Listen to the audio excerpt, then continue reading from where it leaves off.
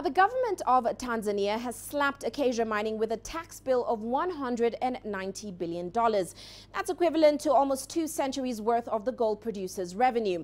The charges relate to alleged underdeclared export revenue from its Bulyanhulu and Buzwagi mines between 2000 and 2017. Now, Acacia maintains its fully declared all revenue. The fine is the latest development in an escalating conflict between the government and Acacia. In March, Tanzania banned exports of unprocessed gold and copper, a move Acacia says is costing it about $1 million a day in lost revenue. The government has also accused the firm of operating illegally and tax evasion as well. Acacia has denied the allegations. Well, let's get some more insight into this. Joining me from Dar es Salaam is CGTN's Dan Ashby. Dan, as always, welcome to the show. Now, we know the situation has just got uglier with Acacia Mining, of course, refuting these findings. So what next for Acacia's operations in Tanzania?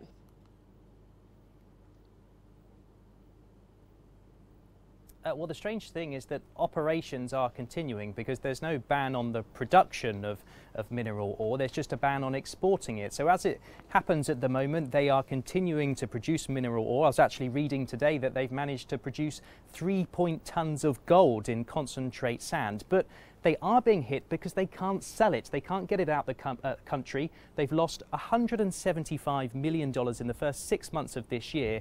And they've now come out and said that this cannot continue. If the situation continues like this into the next quarter, they will have to look at some of those mines, perhaps looking at retrenchment that could cost them another $30 million.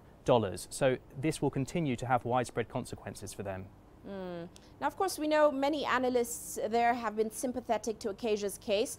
What exactly is the consensus there or on ground on who's wrong and who's right, certainly between Acacia and, of course, Tanzania's government?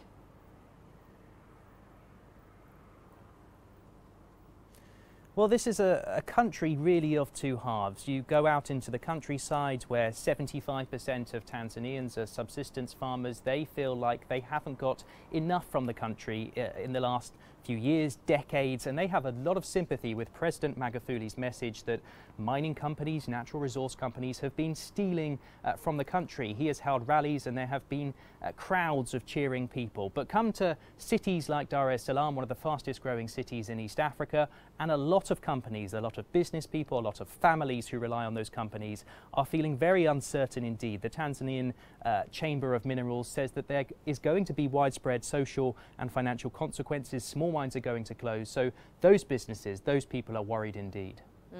Now, Dan, we've already seen the company shares down over 20% in London today. Now, will it be able to survive paying that hefty bill of $190 billion going forward? What's going to happen in terms of the health of the company if it does pay the fine?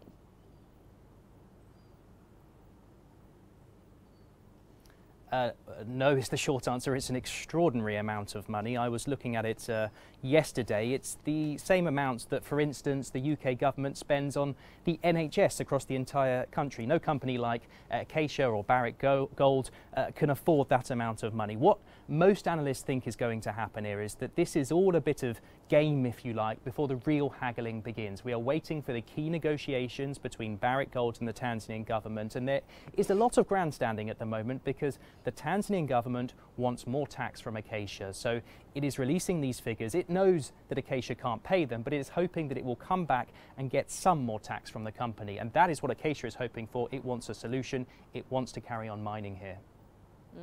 Well, many thanks, Dan, for those insights. Dan Ashby joining us there in Dar es Salaam.